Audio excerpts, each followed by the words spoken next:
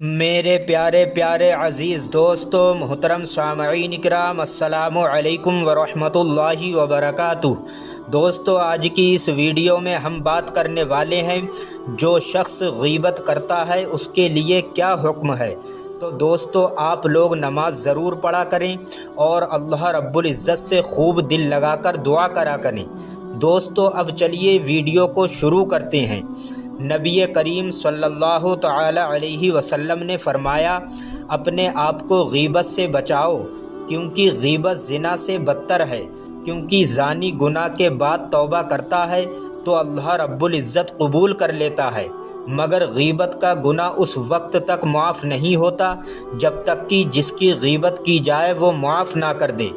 غیبت یعنی کسی کے پیٹھ پیچھے ایسی بات کرنا کہ اگر وہ اس بات کو سنتا تو اس کو برا لگتا۔ غیبت کرنا گناہ کبیرہ ہے اور شریعت میں نہایت ناپسندیدہ عمل ہے، اور اس کے کرنے کا عذاب بہت سخت ہے۔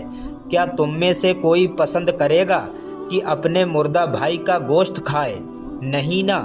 پھر اپنے بھائی کے پیٹھ کے پیچھے اس کی عزت پر حملہ کیسے کر سکتے ہیں؟ اگر آپ کو لگتا ہے اس میں کوئی برائی ہے تو سامنے سے اسے سمجھائیں، نہ کہ پیٹھ پیچھے غیبت کریں۔ ابو داؤد کی حدیث میں ہے کہ اگر کسی مرد یا عورت نے اپنے مسلمان بھائی کی غیبت کی یا عیب ٹٹولے تو وہ شخص اپنے گھر میں بھی ذلیل ہوگا اور باہر بھی رسوا ہوگا۔ وہ ہمیشہ پریشان رہے گا، کبھی کسی غم میں تو کبھی کسی غم میں۔ میں نے کہیں ایک واقعہ پڑھا تھا جو اس طرح ہے کہ حضرت عمرو بن دینار رحمۃ اللہ علیہ کہتے ہیں کہ مدینہ طیبہ میں ایک شخص رہتا تھا جس کی بہن مدینہ کے نواح میں رہتی تھی۔ وہ بیمار ہو گئی تو یہ شخص اس کی تیمارداری میں لگا رہا، لیکن وہ انتقال کر گئی تو اس شخص نے اس کے آخری سفر کا انتظام کیا۔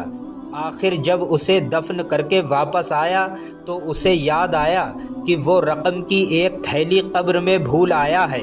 اس نے اپنے ایک دوست سے مدد طلب کی، دونوں نے جا کر اس کی قبر کھود کر تھیلی نکال لی۔ تو اس نے دوست سے کہا، بھائی ذرا میں دیکھوں تو میری بہن کس حال میں ہے۔ اس نے لحد میں جھانک کر دیکھا تو وہ آگ سے بھڑک رہی تھی۔ وہ واپس چپ چاپ چلا آیا اور ماں سے پوچھا، میری بہن میں کیا کوئی خراب عادت تھی؟ ماں نے کہا، تیری بہن کی عادت تھی وہ ہمسایوں کے دروازے سے کان لگا کر ان کی باتیں سنتی تھی اور چغل خوری کیا کرتی تھی۔ بس اس شخص کو معلوم ہو گیا کہ عذاب کا سبب کیا ہے۔ جو شخص عذاب قبر سے بچنا چاہتا ہے اسے چاہیے کہ وہ غیبت اور چغل خوری سے پرہیز کرے۔ پیارے دوستو، ہم میں سے بہت لوگ ہیں جو جانتے ہی نہیں غیبت ہے کیا۔ غیبت یعنی کسی کے پیٹھ پیچھے ایسی بات کرنا اگر وہ اس بات کو سنتا تو اس کو برا لگتا۔ غیبت کرنا گناہ کبیرہ ہے اور شریعت میں نہایت ناپسندیدہ عمل ہے، اور اس کے کرنے کا عذاب بہت سخت ہے۔ لہٰذا اگر کوئی غیبت کر رہا ہو تو سننے والے کو چاہیے کہ اسے فوراً روک دے، یا اگر یہ نہ ہو تو وہاں سے اٹھ کر چلا جائے یا کوئی دوسری بات شروع کر دے۔ کسی مجلس میں شامل ہو تو مجلس کے شروع اور آخر میں دعا ضرور پڑھ لینا چاہیے۔ اپنی زبان کی حفاظت کریں، بنا ضرورت کے کوئی بات نہ کریں اور خاموش رہیں، کیونکہ غیبت کی شروعات بلا وجہ کی گفتگو سے ہوتی ہے۔ ایک حدیث سے یہ بھی ثابت ہے کہ اکثر عذاب قبر دو چیزوں سے ہوتی ہے جو کہ لوگ معمولی سمجھتے ہیں، ایک تو پیشاب کے چھینٹوں سے نہ بچنے کی وجہ سے اور دوسری غیبت کرنے کی وجہ سے۔ قرآن مجید کے سورہ حمزہ میں اللہ رب العزت کا ارشاد ہے کہ ہر غیبت کرنے والے اور طعنہ دینے والے کے لیے ہلاکت ہے۔ نبی کریم صلی اللہ تعالی علیہ وسلم سے پوچھا گیا کہ حضور، اگر میرے بھائی میں وہ چیز موجود ہے جو میں کہہ رہا ہوں تو کیا اس صورت میں بھی غیبت ہوگی؟